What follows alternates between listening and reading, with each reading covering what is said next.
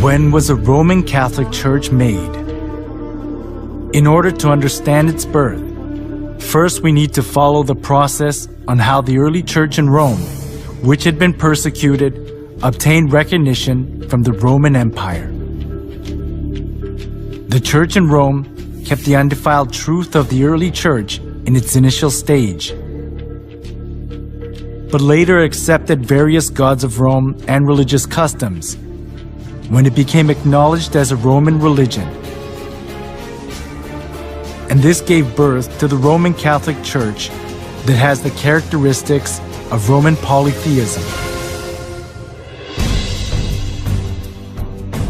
The Apostle Paul preached the gospel of Christ to Palestine, Asia Minor, Greece, and finally in Rome.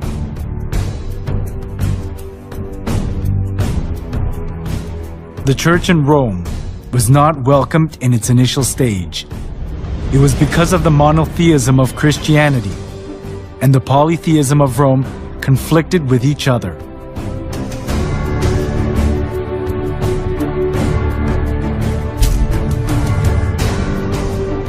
The Romans believed that everything, humans, places, and goods, was inhabited by divinity. As they accepted folk beliefs of the people they conquered, far more various gods and religions prospered in Rome.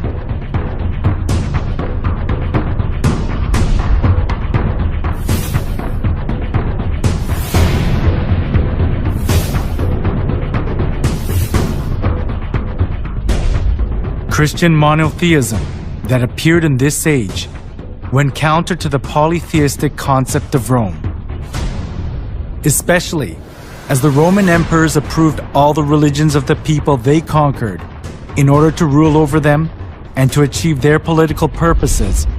This came into conflict with Christianity, so the Roman emperors persecuted the Christians.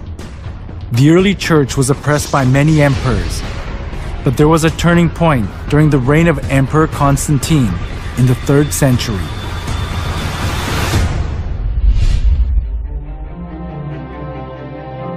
In 313, Emperor Constantine proclaimed the Edict of Milan. The edict approved Christianity as a legal religion of Rome and gave legal privileges and immunity from military duty and taxes to the Christian clergy.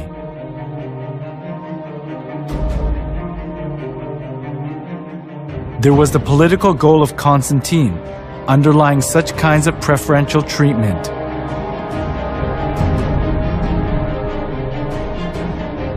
It was Mithraism, the sun worship religion, that was diffused throughout Rome. But all the Roman emperors deified themselves and enforced people to worship them. Some of the nobility were fascinated by the Egyptian mystery religion. So, Rome suffered from religious dissension within itself. At this, Constantine tried to make the best use of Christianity that had spread throughout the whole region of Rome, despite all sorts of persecution.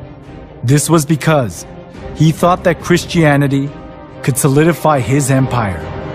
By approving Christianity as a national religion of Rome, Constantine tried to seek the unity of the Roman Empire under one religion.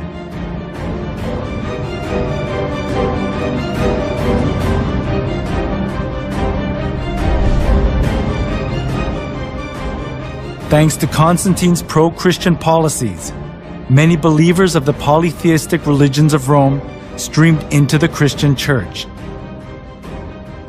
This tightened Constantine's political grip, and Christianity positioned itself as the religion of Rome, expunging persecution and contempt it had received so far. However, the indiscreet conversion they did without having any kind of understanding or faith, rather produced an adverse effect: the influx of pagan customs into the church.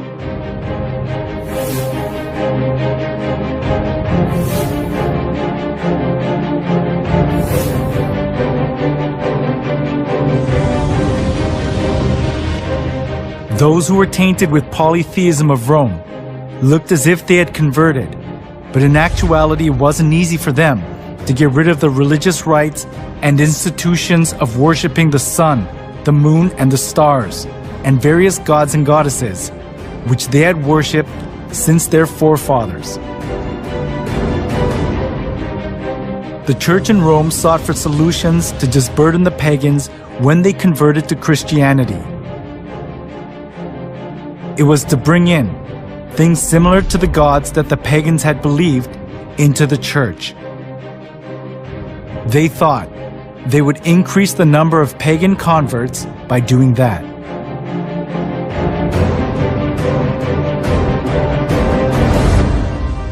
For the Christian bishops introduced, with but slight alterations into the Christian worship, those rites and institutions by which formerly the Greeks and Romans and others had manifested their piety and reverence towards their imaginary deities, supposing that the people would more readily embrace Christianity if they perceived the rites handed down to them from their fathers still existing unchanged among the Christians. The Church in Rome that had been persecuted and despised wanted to put their roots down in Rome as an approved religion, even if they had to be mixed up with Roman polytheism. It was because they wanted to keep their faith in comfort, being freed from the extreme pain of persecution.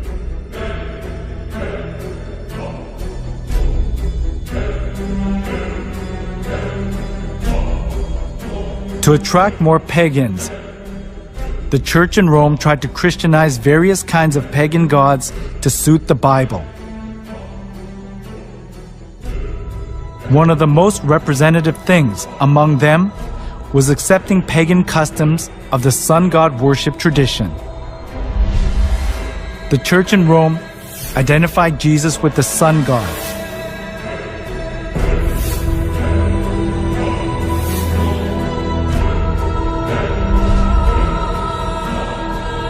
Inside of the church was decorated with various kinds of sun images, and the idea to worship the sun was established as if it were the truth of the church.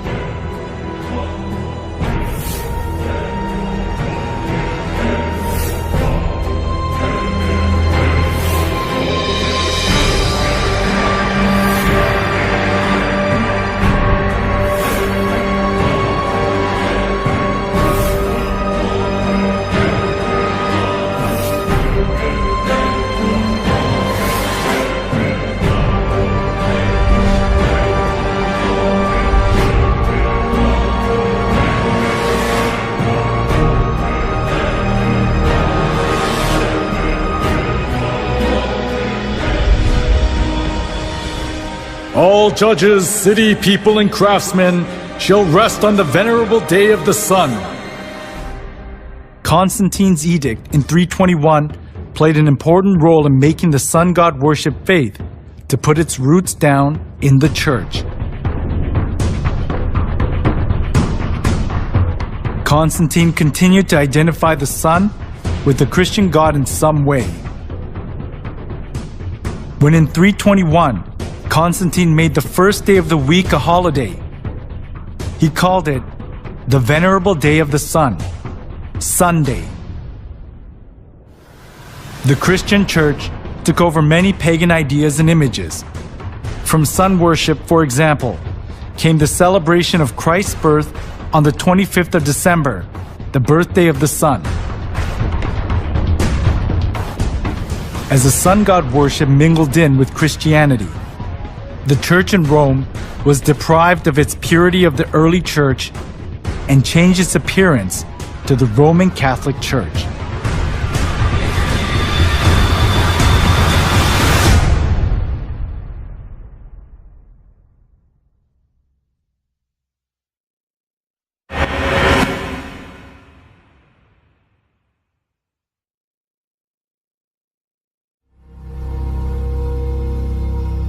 Before the 3rd century, the church in Rome was one of many churches that were scattered all over the Roman Empire. The reason the church in Rome later became the head of all the churches of the world and dominated the Middle Ages was because it joined hands with Emperor Constantine. As a result of Constantine's pro-Christian policies, many people who believed pagan gods converted to Christianity. This consolidated Constantine's political position, and there was no need for the Church in Rome to refuse the converts because it was a good opportunity to secure its religious position.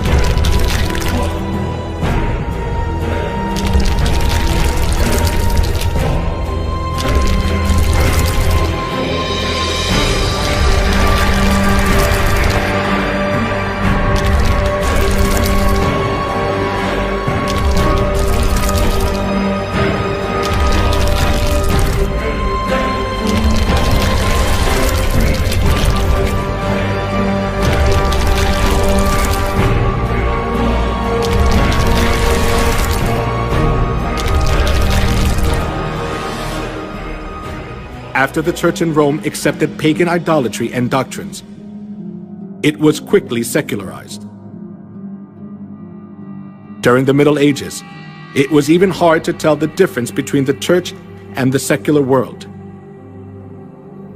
The Catholic Pope enthroned kings, and kings protected the Catholic Church.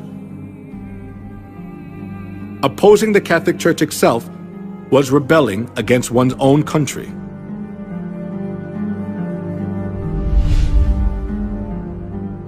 The Pope wielded an absolute power. We can see just how powerful he was through one incident, the humiliation at Canossa. That happened during the time of Pope Gregory VII.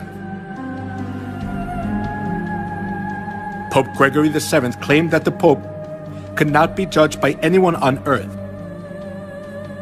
and he could dethrone emperors and kings, and excommunicated Henry IV, the Emperor of the Holy Roman Empire, in the course of the investiture controversy.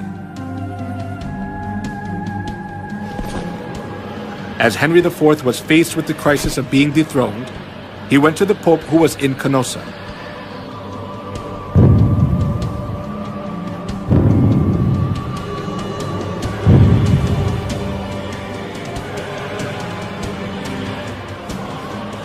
Barefoot, he knelt for 3 days in the snow, outside the castle of the Pope, and begged for his forgiveness. This is what is called the humiliation at Canossa incident. The Pope had so much authority that there was no one who was able to hold back the Church from abusing its power anywhere in Europe.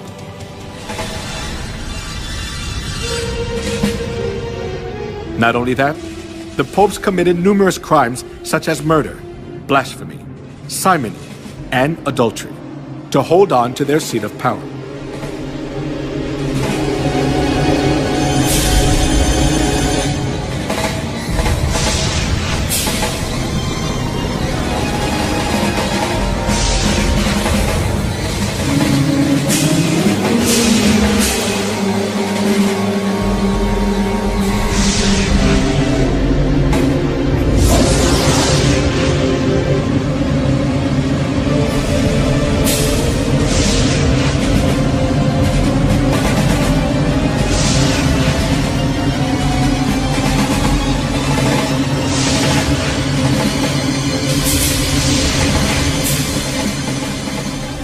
We cannot even fathom the evil deeds of the corrupt popes.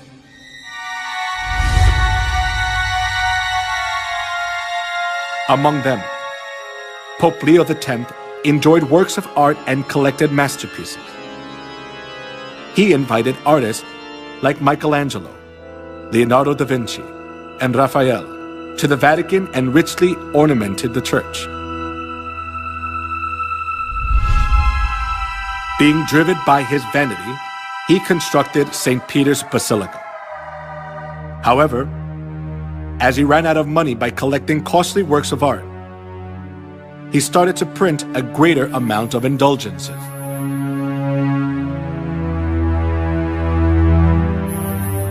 An indulgence is a certificate giving the forgiveness of sins. The Catholic priest propagated that people were guaranteed to enter the kingdom of heaven safer when they gave more money. Come, see for yourself. This is not just a simple indulgence. Even though you don't do confession, all your sins will be forgiven. Even the sins of your relatives in purgatory will vanish. Will you just leave your mother to suffer in the fire? Come here, everyone. Come. When you drop the coins in the box and it makes a clinking sound, then the souls will arise from the fiery purgatory.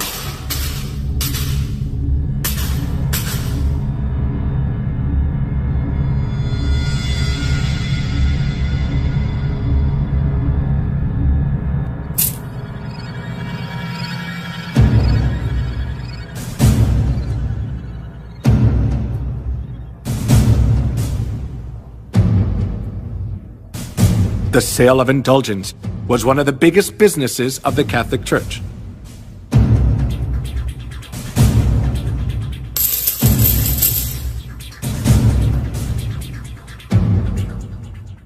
Since indulgences was a good solution for those who were seized by the fear of hell, numerous people gathered to buy the kingdom of heaven.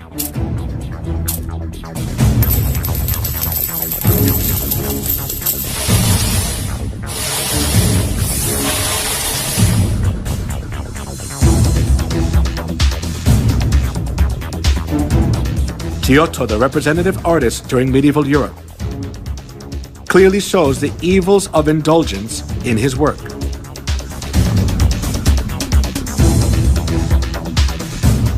The Last Judgment.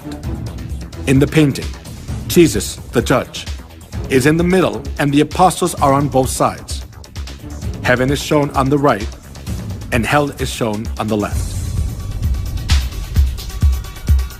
One thing that is worthy of notice here is the scene where souls are weighed. A man who is on his knees presents a model of the chapel to three women.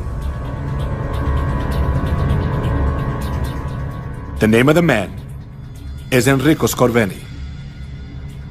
He was a notorious loan shark of that time. Because loan sharking was a big sin, he could never dream of entering the kingdom of heaven. However, even though Enrico was a loan shark, he bought indulgences and paid for his sins, and proudly purchased the ticket for the kingdom of heaven.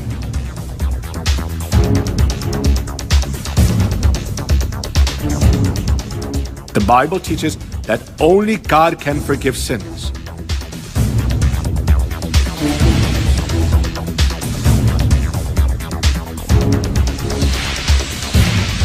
However, the Catholic Church insists that the Pope too has the authority to forgive sins.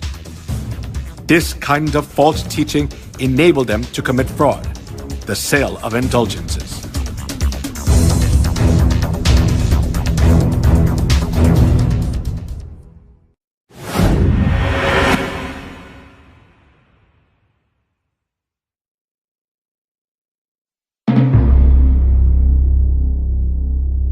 The Inquisition, run by the Catholic Church, is evidence that shows how corrupt and cruel the Catholic Church is. The Inquisition, which was established for religious trials, became a transnational institution of the Catholic Church. It was devised to condemn heretics designated by the Catholic Church. Heretics defined by the Catholic Church were the Christians who opposed the false insistence and doctrines of the Pope and wanted to live by the Bible. to rule over the world as they want. The popes tried to get rid of the Bible and restricted people from reading it.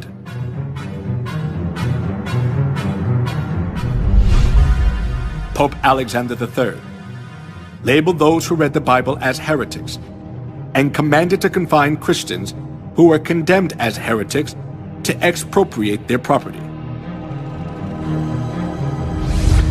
Pope Innocent III instituted the Inquisition and launched crusades to combat heresy. Numerous Christians were killed and dispossessed of their properties.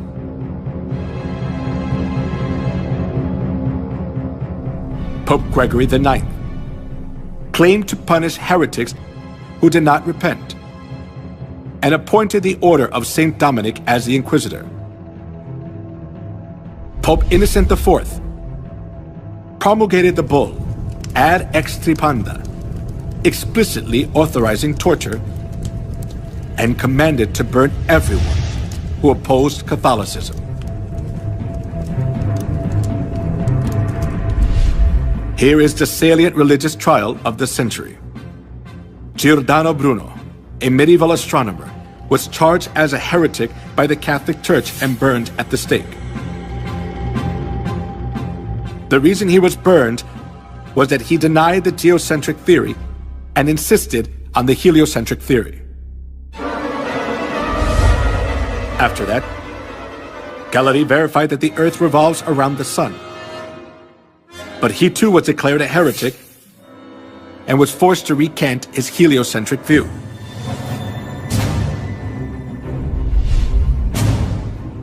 Joan of Arc, Maid of Orleans, who saved France from a crisis, was burned at the stake as a witch by the Inquisition.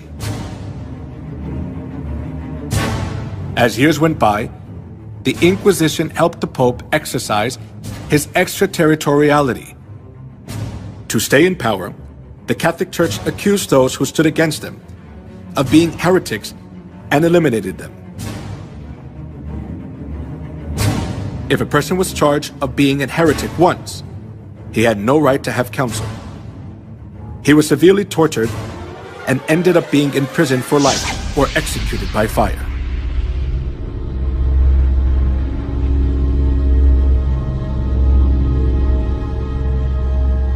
The Inquisition was the most infamous and devilish thing in human history. It was devised by the popes and used by them for 500 years to maintain their power. For its record, none of the subsequent lines of holy and infallible popes have ever apologized.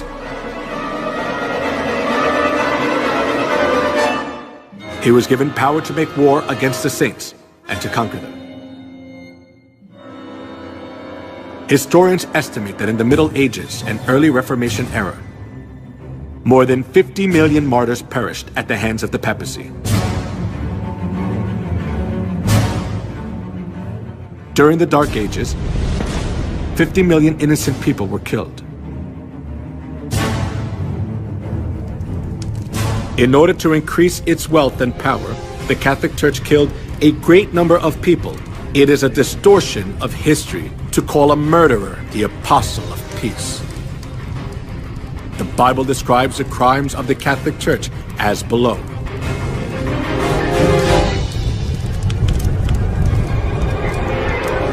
I saw that the woman was drunk with the blood of the saints, the blood of those who bore testimony to Jesus. When I saw her, I was greatly astonished. He will speak against the Most High and oppress his saints and try to change the set times and the laws.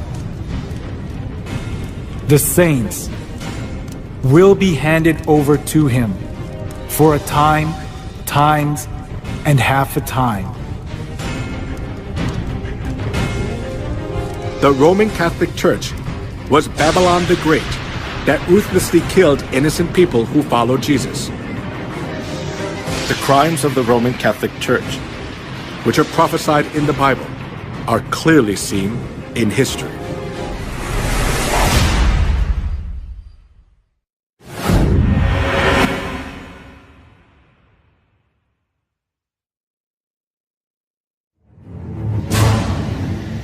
In the Museum of Torture Instruments in San Marino in Europe, the torture devices which were used during the Dark Ages are displayed.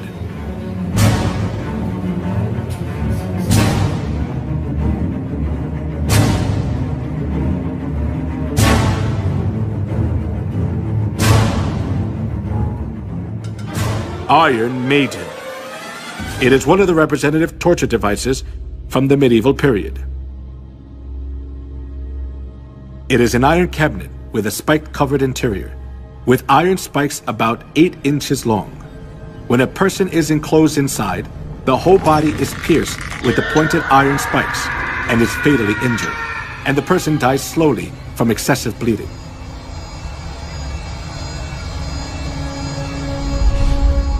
The torture device in the shape of a wheel was invented for execution. They tied a person around the wheel, then rolled it repeatedly over fire or spikes. They also bound the 4 limbs of a person on a wheel and crushed the bones using an iron bar or hammer. Then the person was thoroughly injured and died in pain, still bound to the wheel.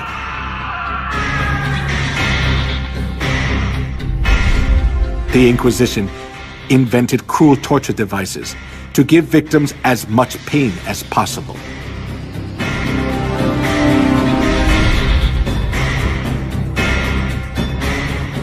A torture device with sharp iron hooks to tear off a living person's skin.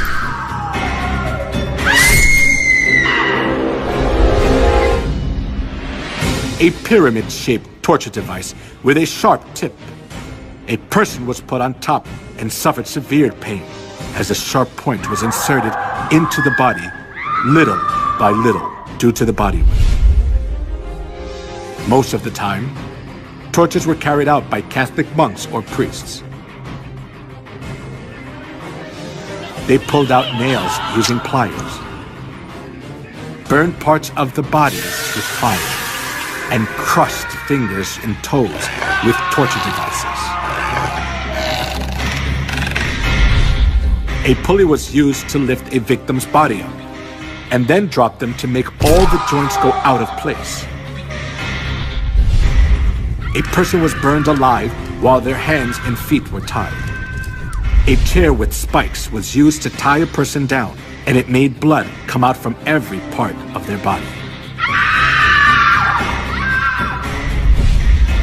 If a victim denied the Catholic Church's teachings, despite the hard torture, they poured boiling lead in the mouth or ears, or gouged out their eyes, or flogged them until parts of their skin flew off.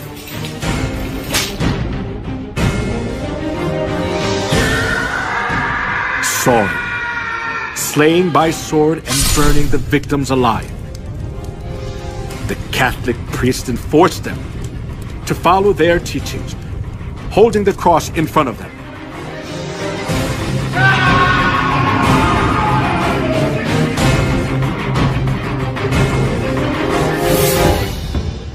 The persecution for anti-Catholics continued as a large-scale massacre.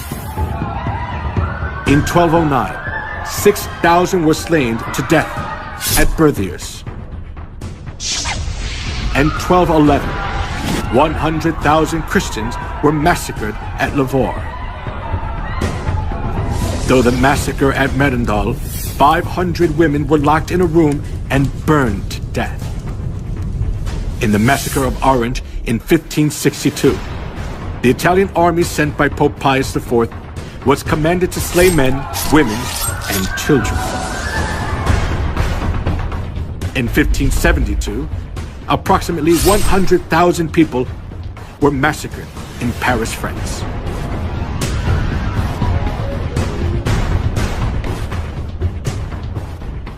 He will speak against the Most High and oppress his saints. The saints will be handed over to him for a time, times, and half a time. As it was prophesied that the one who speaks against the Most High would make war against the saints and conquer them, over 50 million people were slaughtered during the Dark Ages.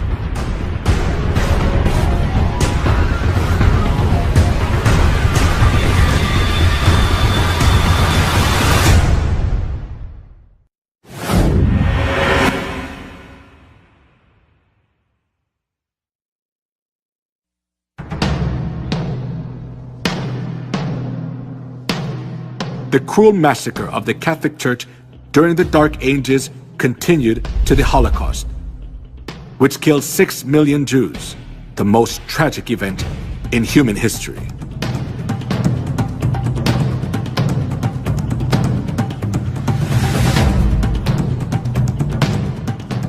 From 1933 to 1945, 6 million Jews, including 1.5 million children, were slaughtered in 15 European countries, such as Poland, Russia, Austria, Czechoslovakia, Hungary, France, Belgium, Luxembourg, Italy, Netherlands, Norway, Romania, Yugoslavia, and Greece.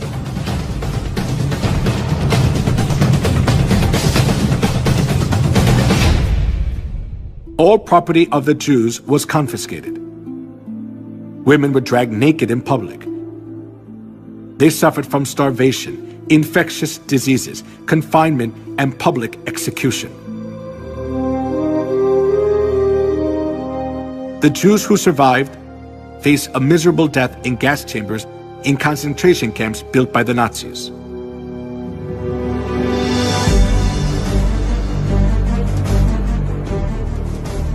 When the gates of the concentration camps for the Jews were opened as World War II ended, the world was shocked.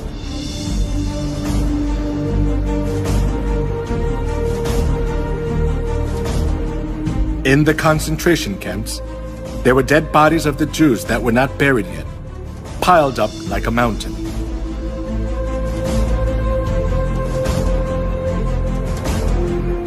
While Hitler massacred 6 million Jews under the pretext of ethnic cleansing, the Catholic Church publicly advocated Hitler's genocide of the Jews, claiming it stood for anti-Semitism.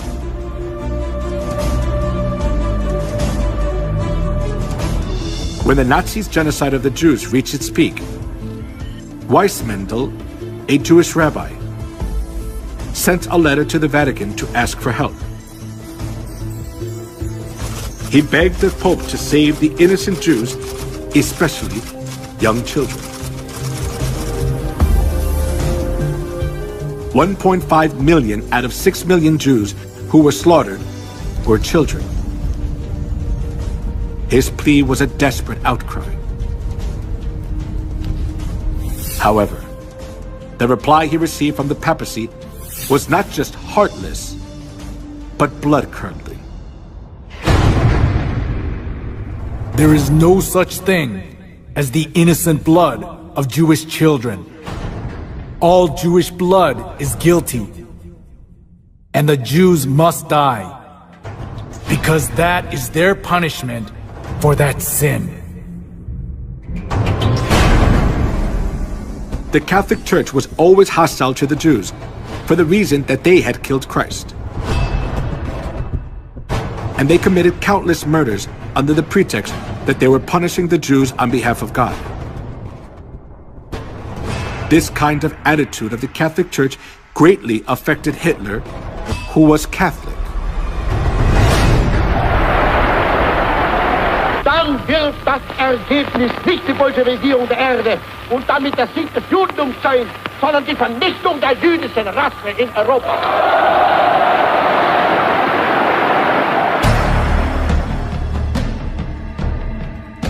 Hitler was a fervent Catholic. The reason Hitler extremely hated the Jews was from the historical experience of the Catholic Church which had treated the true Christians and the Jews mercilessly for 1600 years. For this reason, Hitler was able to commit the Holocaust, sending 6 million Jews to gas chambers without hesitation.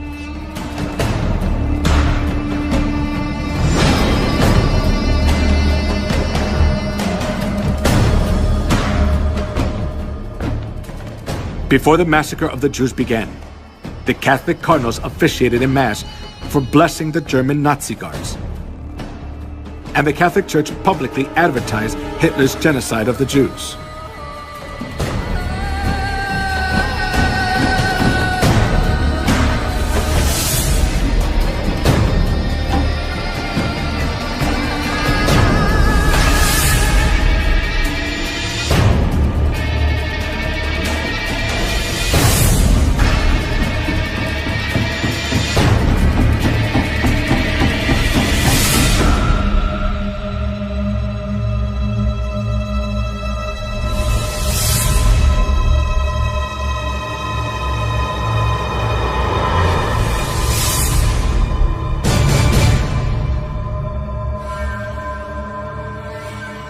The Catholic Church has committed crimes against humanity for centuries in the name of religion. They committed the crime of killing 50 million Christians and the Holocaust of killing 6 million Jews.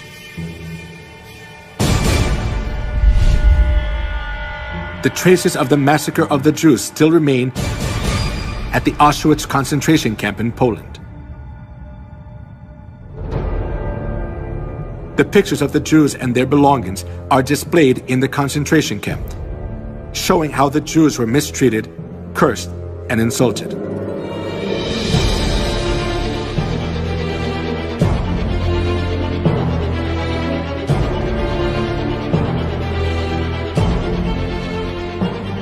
These horrible times remain in the records of history. But all the errors of the Catholic Church are disappearing from people's memories, little by little.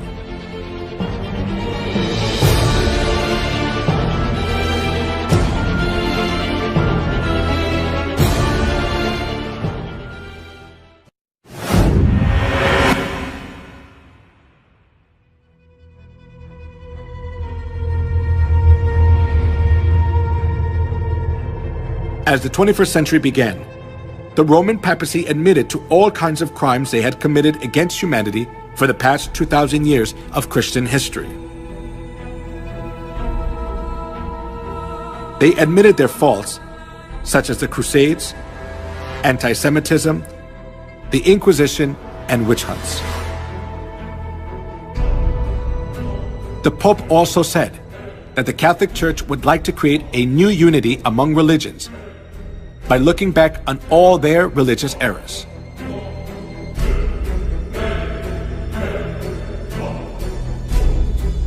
However, can all the errors of the Catholic Church be forgiven by just admitting to all the crimes they committed against humanity in the past?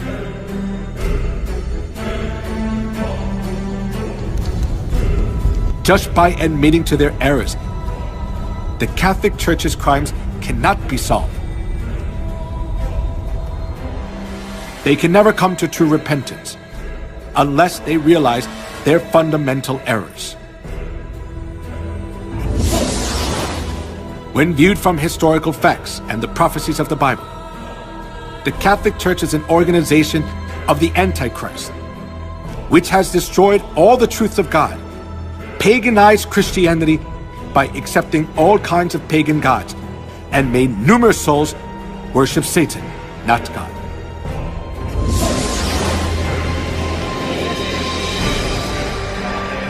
Not being content with their crime of killing cruelly whoever was against them for the past 2,000 years of Christian history, the Catholic Church is still committing a crime of driving countless souls to death.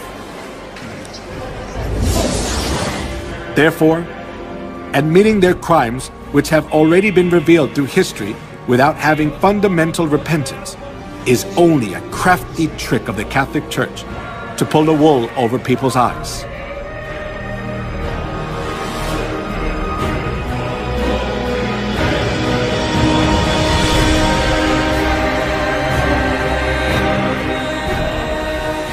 For such men are false apostles, deceitful workmen, masquerading as apostles of Christ.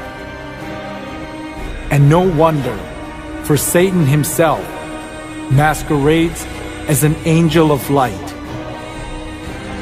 It is not surprising, then, if his servants masquerade as servants of righteousness. Their end will be what their actions deserve.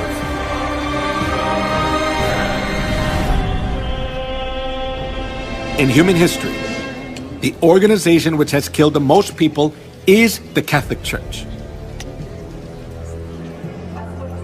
Nevertheless, the Pope is called an apostle of peace.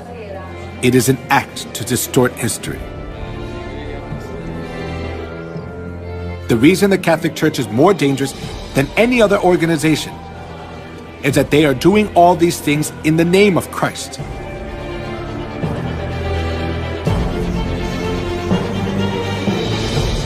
However, now the Catholic Church is revealing its detestable and hideous reality.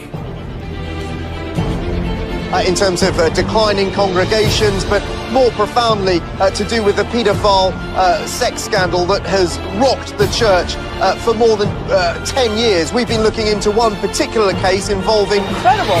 One former priest said that, you know, perhaps 50% of priests who enter the priesthood may be gay. I talked to a long...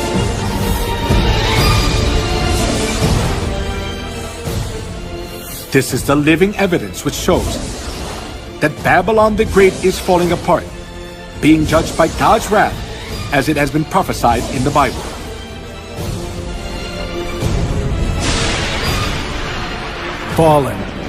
Fallen is Babylon the Great. She has become a home for demons and a haunt for every evil spirit, a haunt for every unclean and detestable bird. Give her as much torture and grief as the glory and luxury she gave herself. She will be consumed by fire. For mighty is the Lord God who judges her.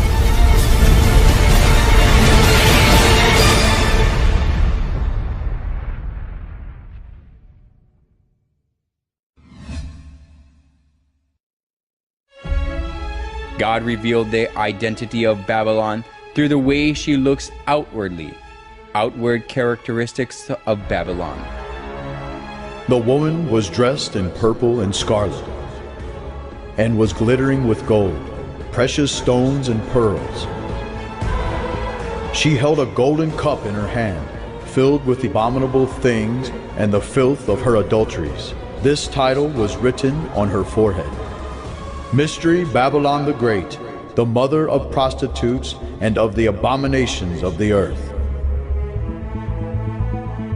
In the Bible, women refers to the church, and among numerous churches in the world, the church that is dressed in purple is the Catholic Church.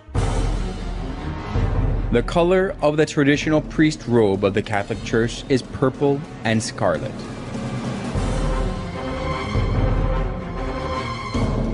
We can also confirm that the church that decorates its interior and worship utensils with gold, precious stones, and pearls is the Catholic Church. And in addition, it is only the Catholic Church that give Mass holding the golden cup, true to the words, "She held a golden cup in her hand."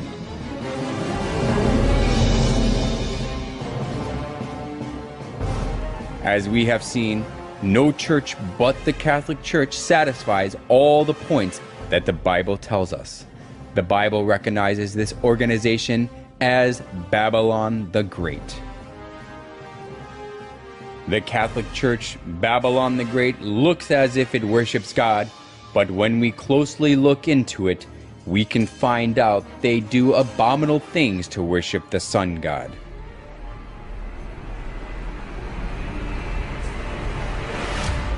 The Roman Catholic Church disguises itself as an angel of light, but it craftily introduced the customs of detestable idolatry and the sun worship of ancient Babylon.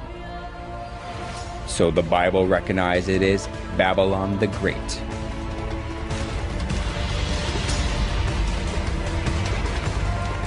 Then does the Bible call only the Roman Catholic Church Babylon?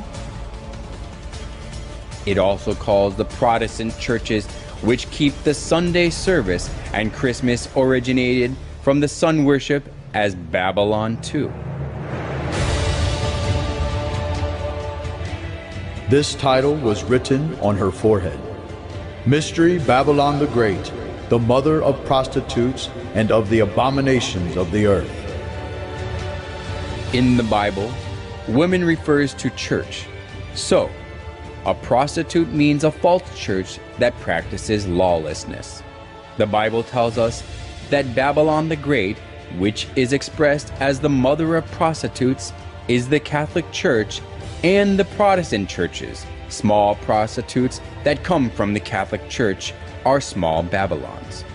The Catholic Church, which leads the whole world astray as the mother of prostitutes, is proud of itself as the mother church that gives birth to all Protestant churches. The Catholic Church is the continuation of the Incarnation and the prolongation in time and space of the redemption. It is the mother church of all Christendom. The Bible also recorded about the abominable behavior of the prostitute who leads the whole world astray. The kings of the earth committed adultery with her, and the merchants of the earth grew rich from her excessive luxuries. Babylon the Great and small Babylons, which changed God's set times and laws, oppressed God's saints. The Bible prophesies that God's rage will judge them in the end. After this, I saw another angel coming down from heaven. He had great authority, and the earth was illuminated by his splendor. With a mighty voice he shouted, "Fallen, fallen is Babylon the Great."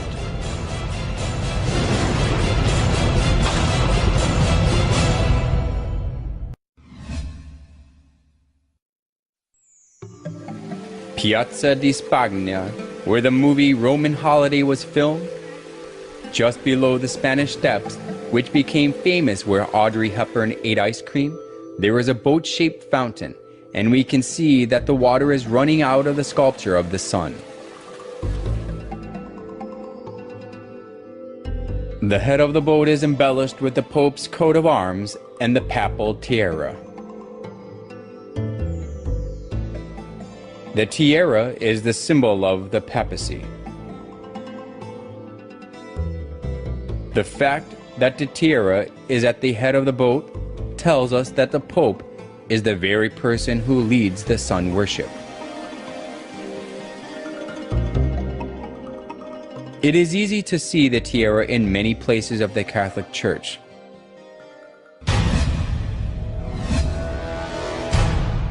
There is a secret hidden in the papal tiara. Through this we can also find the identity of the Roman Catholic. The triple tiara is the liturgical crown of the Pope, and it has the meaning that the Pope is God who reigns over three worlds, heaven, earth, and hell. This is also shown in the official title of the Pope. The official title of the Pope is the Vicarius Filii in Latin, which means the Vicar of the Son of God. This title shows that the Pope is God himself. Some of the letters of the Latin have numerical values, so if we add up the numerical values of the letters of Vicarius Filii, it is 666. 666. What does that number 666 mean? The Bible records about the identity of 666. If anyone has insight, let him calculate the number of the beast, for it is man's number. His number is 666.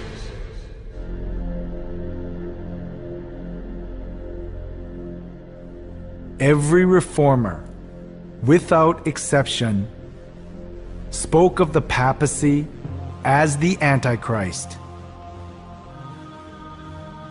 The 666 is a figurative number, telling us the identity of Satan who stands against God.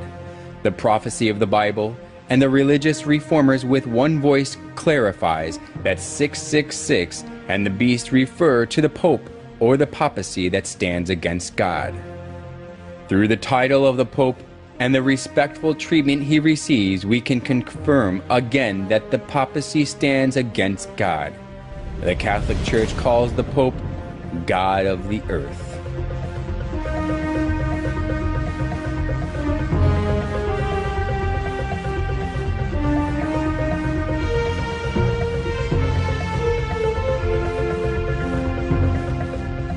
The Pope is a mere man, but the Catholic Church insists that he can modify God's laws as he pleases. And moreover, he is worshipped and served like God, and he enjoys all wealth, honor, and authority.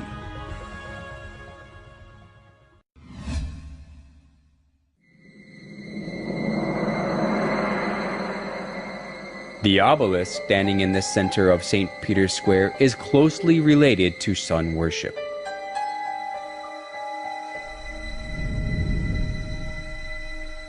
It was the custom of the ancient sun worship religions to make a pillar to worship the sun. Obelisk was set up at a temple or tomb as a monument to worship the sun god. It typically had a pyramid-like shape at the top,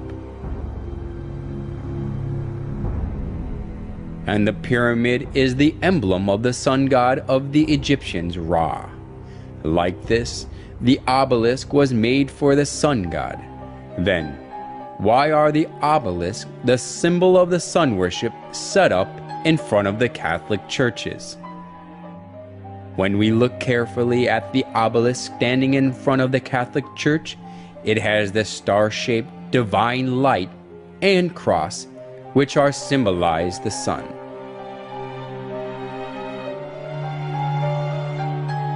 Just as the obelisk is the symbol of sun worship, the cross on top is also the symbol of sun worship, which originated from Babylon.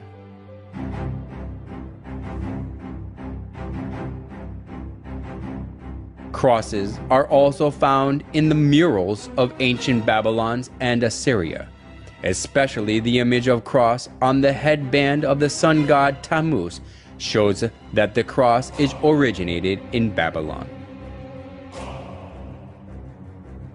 The Egyptians used the Ankh cross. The shape of the cross, made of two wooden poles, which the church started to use, came from the ancient Chaldean region. In the Chaldean Empire, the adjacent regions, including Egypt, the cross was used as a symbol of Tammuz. So, it is certain that the cross was made to worship the sun god.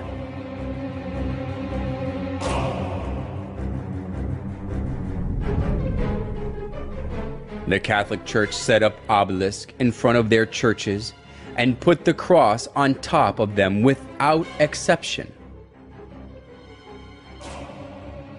They put one more symbol on the sun on top of the solar pole obelisk. However, they made an excuse that they put the cross on top of the obelisk to show that they conquered the obelisk, which is the symbol of paganism. However, the obelisk standing in front of the church as a symbol is nothing but a vestige of idolatry, showing that they accepted the sun worship of pagans. The obelisk, the star shape of the divine light, and the cross are idols for the sun god of the pretense on belief in Jesus.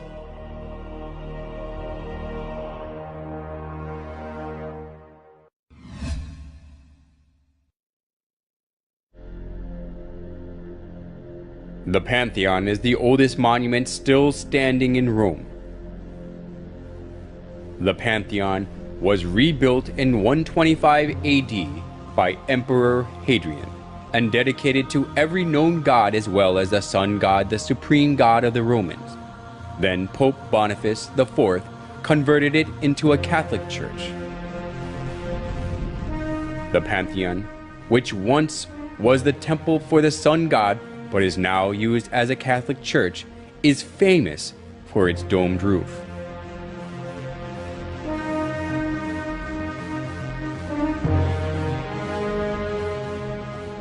This domed roof is the figuration of the sky and the universe.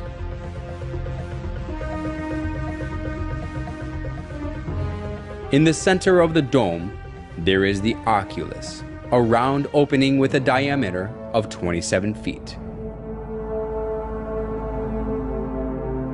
The sunlight from the oculus is reminiscent of the round sun in the sky. The sunlight coming through the oculus lightens the inside of the church, and it creates an effect of the presence of the sun in the church.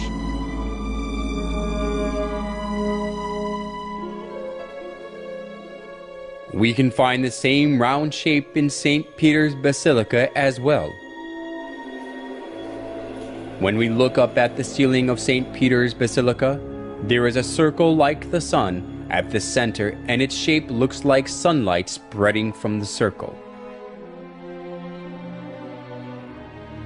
This kind of circular shape can be found not only in St. Peter's Basilica, but on the ceilings of most Catholic churches. Various forms of circle, which embody the sun, prove that the Catholic Church worships the sun.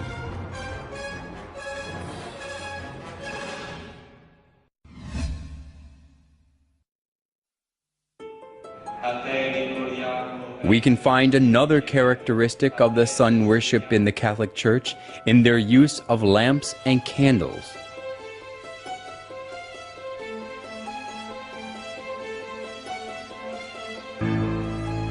Even in the daytime, they light lamps and candles on the altar.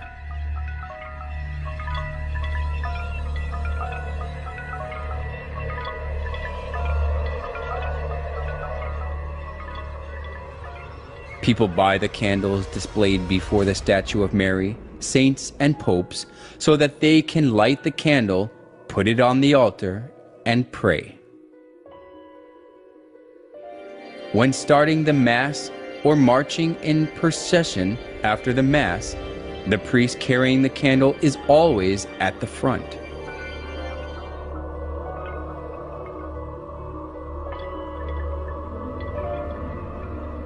Where does the use of candles in Catholic Church come from?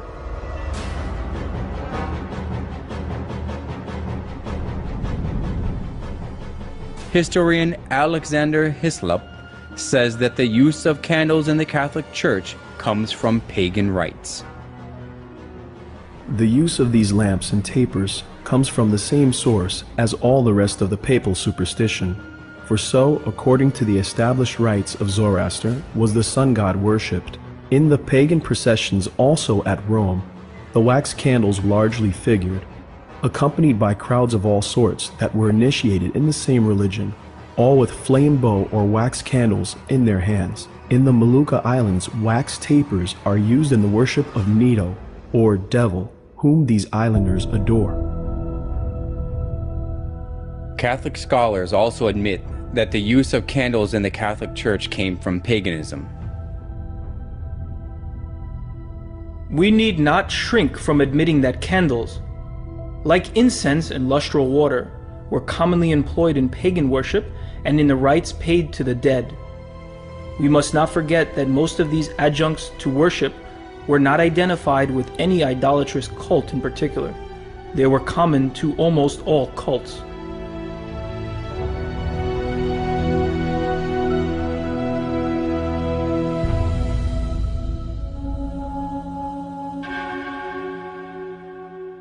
Candles commonly appear in numerous rites of pagans.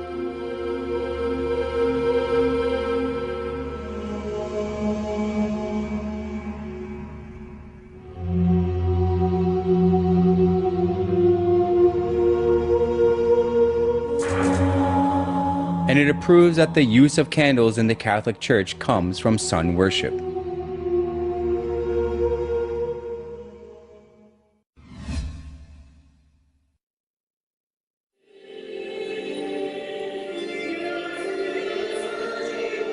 The Catholic Church conducts a particular ceremony before the image of the sun. Watching their Mass, we can find out that it is closely related to sun worship. At the altar that has the image of the sun, the priest lifts up the round bread. They call it elevation and insist that they offer the bread to God. However, offering the round bread which takes after the image of the sun, and regarding the round bread as the sun god, has existed in the sun worship of paganism. The pillar found in excavations of the Canaanite city of Hazar shows the ceremony of raising the sun disk with both hands in praise. The Egyptians also worshipped the sun, lifting the sun up with both their hands. Is it coincidence that the custom of the sun worship of the pagans and the liturgy of the Catholic Church are the same?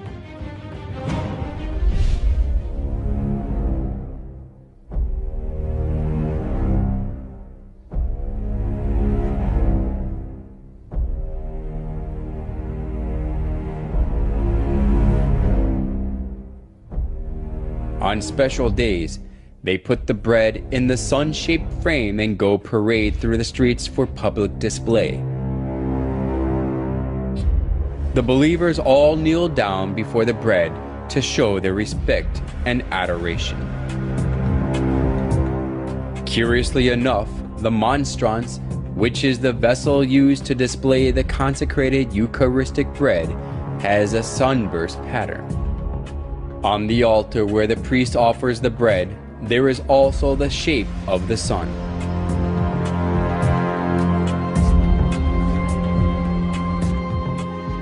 By offering the bread in the sunburst pattern, they worship the sun.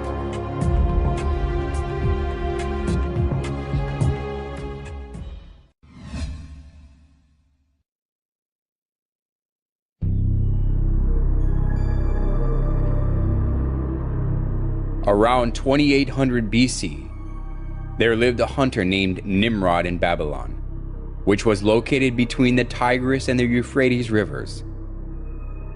Whenever wild animals threatened the people, he protected them with his power.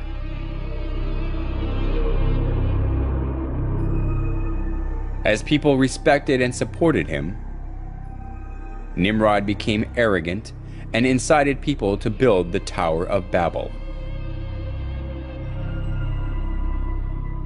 Come, let us build a tower that reaches to the heavens. Let us make a name for ourselves and not be scattered over the face of the whole earth. Such deeds of Nimrod that were against God has continued even after Nimrod had died. Semiramis, Nimrod's wife, insisted that Nimrod became the sun god.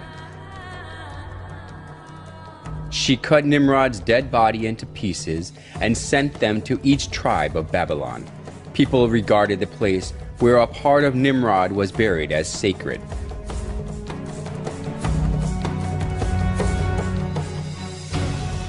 She also claimed that Nimrod was reincarnated as her son. The sun god Nimrod was reincarnated as my son Tammuz. He who believes and follows Tammuz follows Nimrod. As Semiramis ruled over Babylon in place of her young son Tammuz, she maneuvered people into worshiping her. Monuments of Semiramis carrying her child Tammuz in her arms were set up all over Babylon, along with various images symbolizing the sun god. The sun worship and the mother-child worship, which was a scheme devised by Semiramis, put down roots as a religion of Babylon.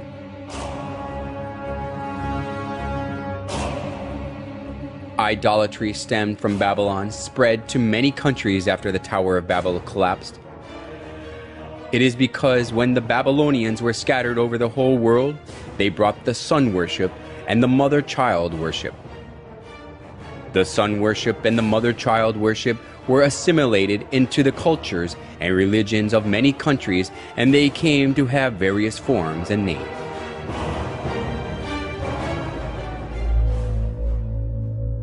Nimrod, the sun god, was known as Mithra in Persia, Sol in Rome, Ra or Horus in Egypt, and Apollo in Greece. Semiramis and Tammuz, who were the start of the mother-child worship, was called Isis and Horus, Venus and Dionysus, Diana and Attis, and Astaroth and Tammuz, respectively. Besides these, the image of goddess, who is holding a baby in her arms, was venerated in many countries of the world. If so, was the mother-child worship the creature of an age, which was especially welcomed only in Babylon? Surprisingly, the mother-child worship of Babylon has been passed down through the thousands of years and still exists today. In Vatican of Rome, we can find the mother-child worship in its original state.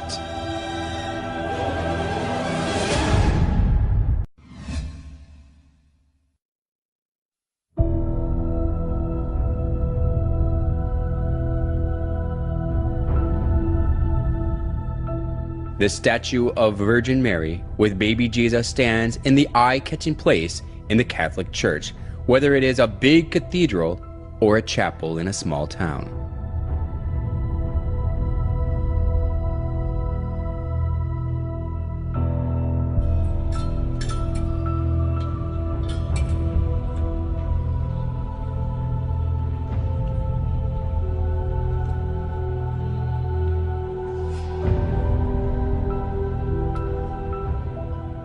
People show their respect before the picture or statue of Mary and pray.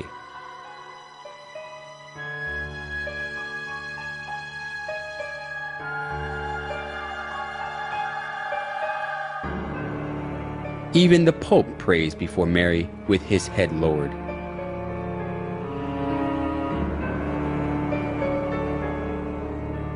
Why do people praise and worship Mary, whom Jesus was born of?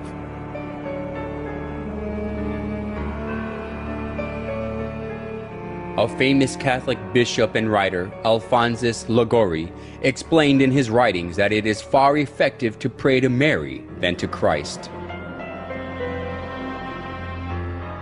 In the Franciscan Chronicles, it is related that Brother Leo once saw a red ladder, on the summit of which was Jesus Christ, and a white one on top of which was his most holy mother.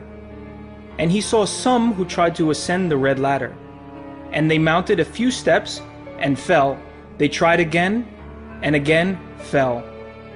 They were then advised to go and try the white ladder, and by that one they easily ascended. For our Blessed Lady stretched out her hand and helped them, so they got safely to heaven. The story, which was made by the exuberant imagination, sounded plausible.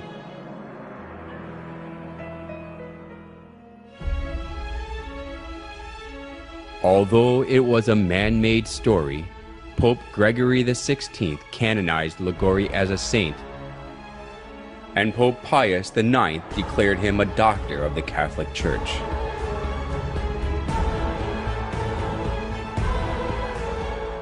Now Catholics are taught that it is better to pray to Mary, who is merciful and understands us.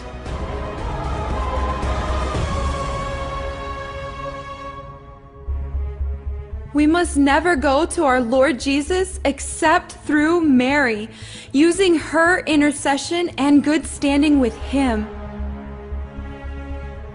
We must never be without her when praying to Jesus.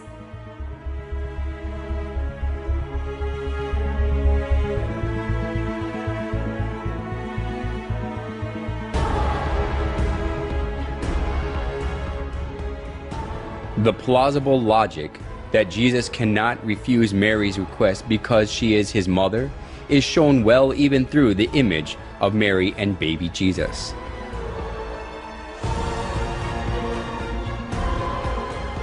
In most cases, Jesus is nested in Mary's arms as a baby.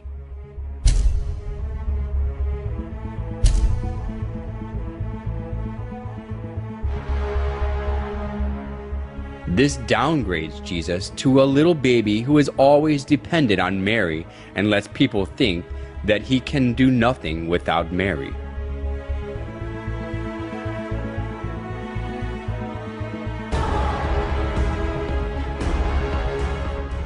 Today, the Catholics think more highly of Mary than Jesus.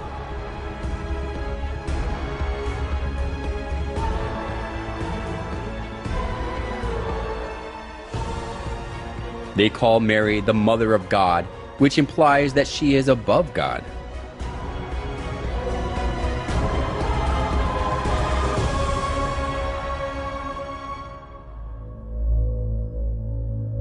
Mary as a female is merely a creation who was chosen to conceive Jesus.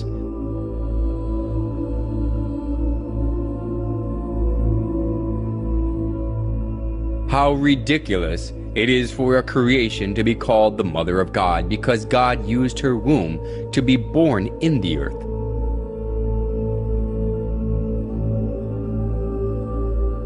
Nevertheless, the Catholic Church venerates Mary as the Mother of God. Mary worship of the Catholic Church reminds us of the mother-child worship of ancient Babylon. Just as Semiramis artfully spread the mother-child worship throughout Babylon when she ruled it over instead of her son Tammuz, the Catholic Church now makes people worship Mary, not God, by accepting the mother-child worship from Babylon.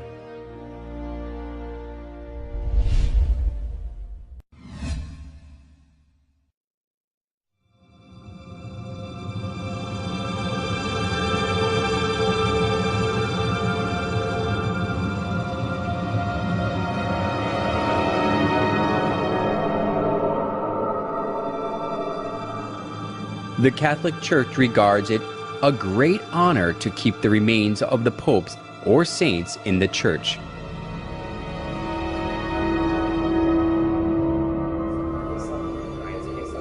Since numerous worshippers pray before the remains of popes or saints, the church, that possesses many articles and remains of those who were canonized as saints, is highly valued.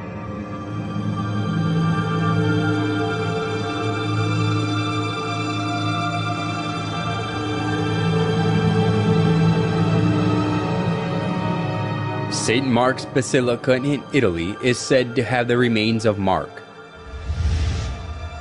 Basilica of San Francesco in Italy has the remains of Saint Francesco. And it is believed that the skulls of the wise men who visited baby Jesus are kept in the Cologne Cathedral in Germany. People kiss the displayed relics and the coffins that contain the remains and pray for God's blessings before them.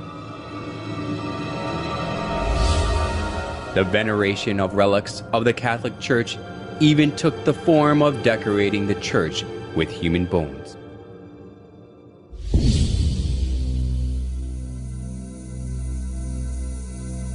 The Church of Santa Maria della Concessione contains the skulls and the skeletons of monks.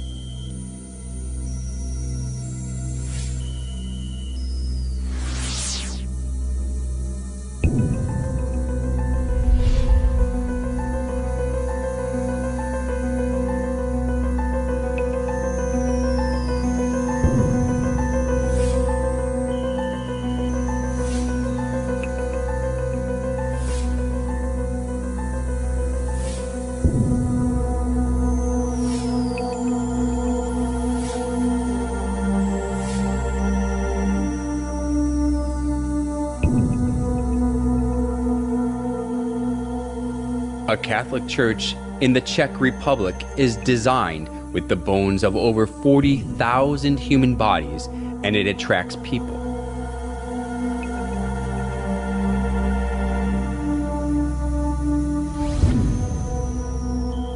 The crypt of the Church of St. Francis in Lima, Peru, retains the remains of tens of thousands of people.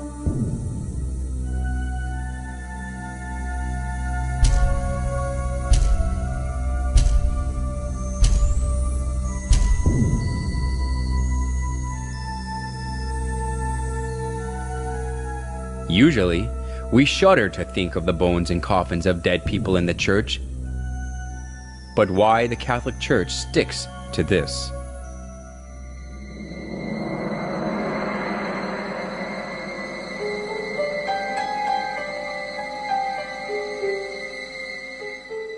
You will find that Catholics are encouraged to honor the saints by imitating their holy lives, by asking them to pray to God for us, and by showing respect for their remains, their images, and the like.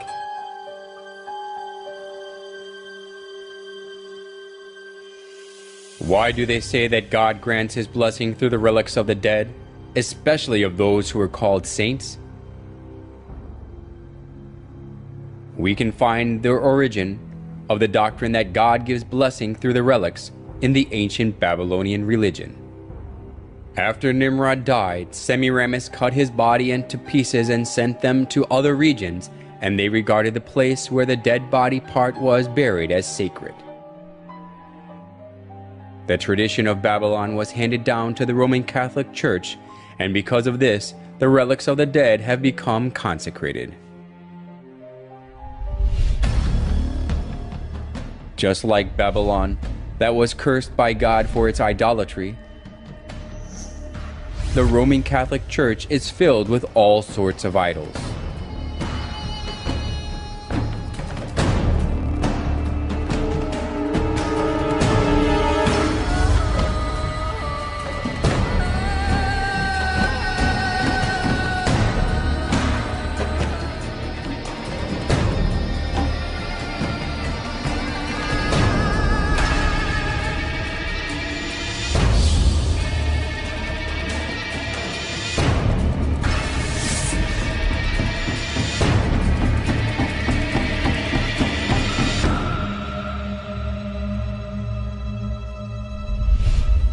In the name of God, the Catholic Church lures many souls into worshiping idols, not God.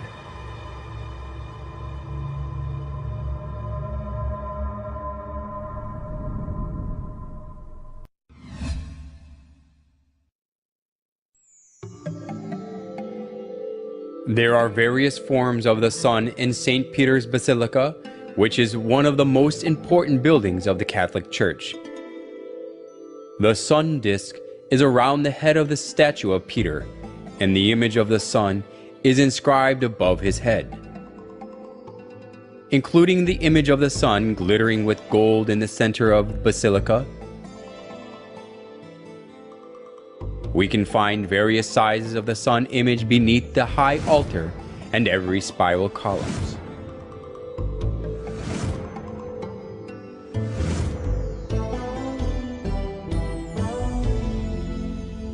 Even the cross on the altar and the utensils used for communion and the priest's costume have the sun images.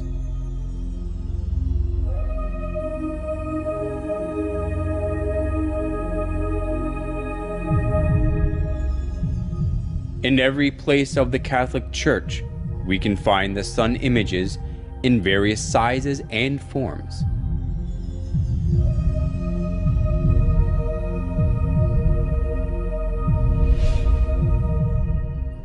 Among the various forms of the sun in the Catholic Church, some has a picture of a dove in it.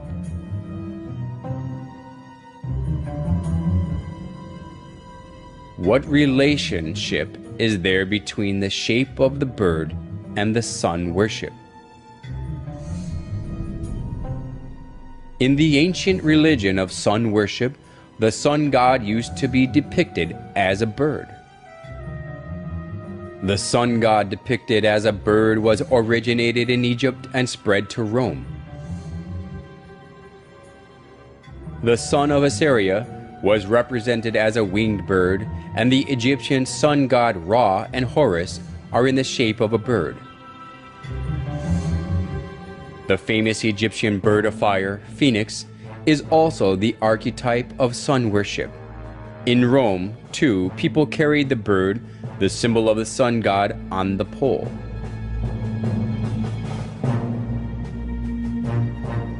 Then why does the high altar in St. Peter's Basilica have the image of the sun with the bird in it?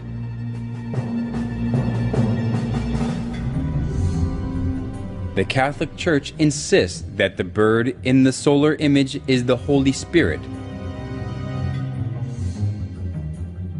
But this is a mere excuse.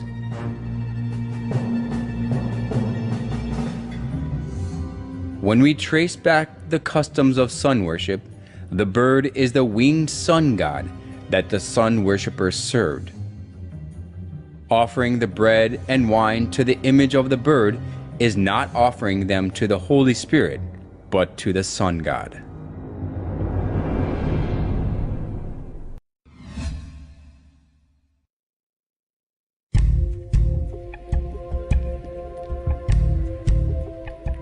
St. Peter's Basilica is located in the Vatican City.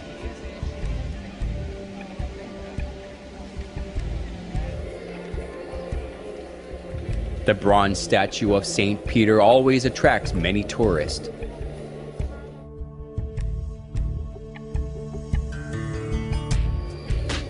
People believe that their wishes are realized when they pray by touching the foot of Peter, so the feet of the statue have been worn away. The biggest reason more than 10 million people every year on average visit the Basilica is that they insist that Peter, who was one of the 12 apostles of Jesus, was buried directly below the high altar of the Basilica. These are totally unfounded rumors, but people pray for God's blessing before the altar with blind faith.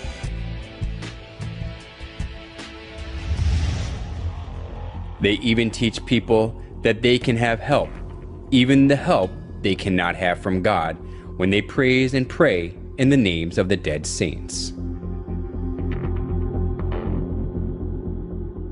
Our most mighty protector graciously assists us from heaven in our struggle with the powers of darkness.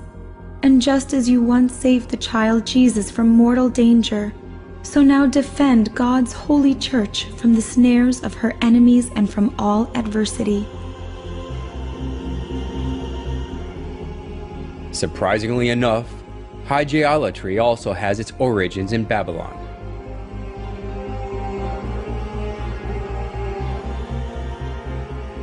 Since the Babylonians had some 5,000 gods, there were plenty to choose from.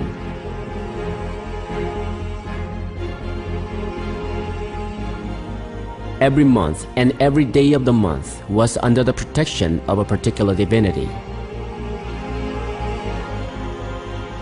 In ancient Babylon, the roles of gods were divided by people's problems and occupations, so the people worshiped their certain gods associated with their needs.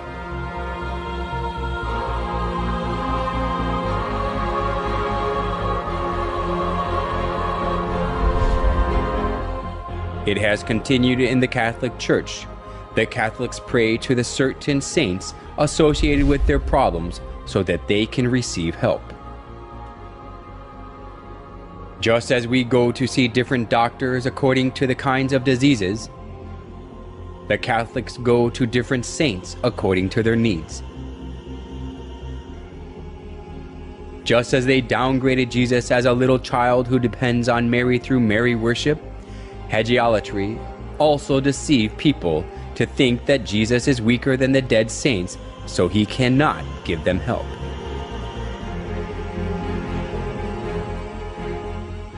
Nowhere in the Bible can we find the worship of saints. Instead, the Bible warns that worshiping anything other than God is idolatry.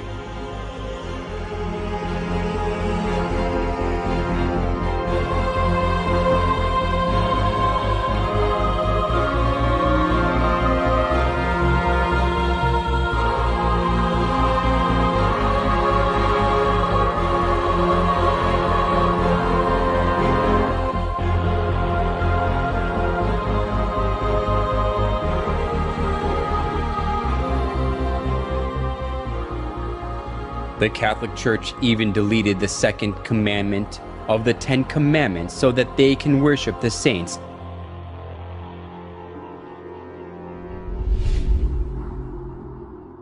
They outbrave the law of God. Do not make other gods or serve them, and stand against God.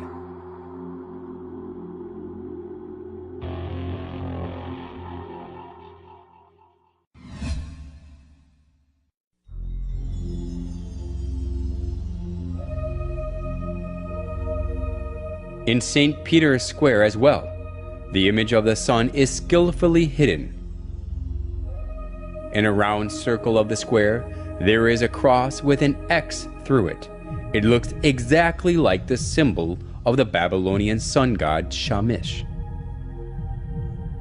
The Babylonians called the sun god Shamash, and his symbol is the cross with an X through it. So we can easily notice that St. Peter's Square is modeled on the symbol of the Babylonian sun god Shamash. It even has one more circle inside it, just like the symbol of Shamash. The Babylonian sun god Shamash also appears in the image of a wheel. The ancient sun worshippers believed that the sun god rides the chariot, and they regarded the wheel of the chariot as the sun. To our surprise, St. Peter's Square has the shape of a wheel. The obelisk in the middle of the square is an axle. The square itself is the wheel. We can notice that St. Peter's Square is also the figuration of the sun.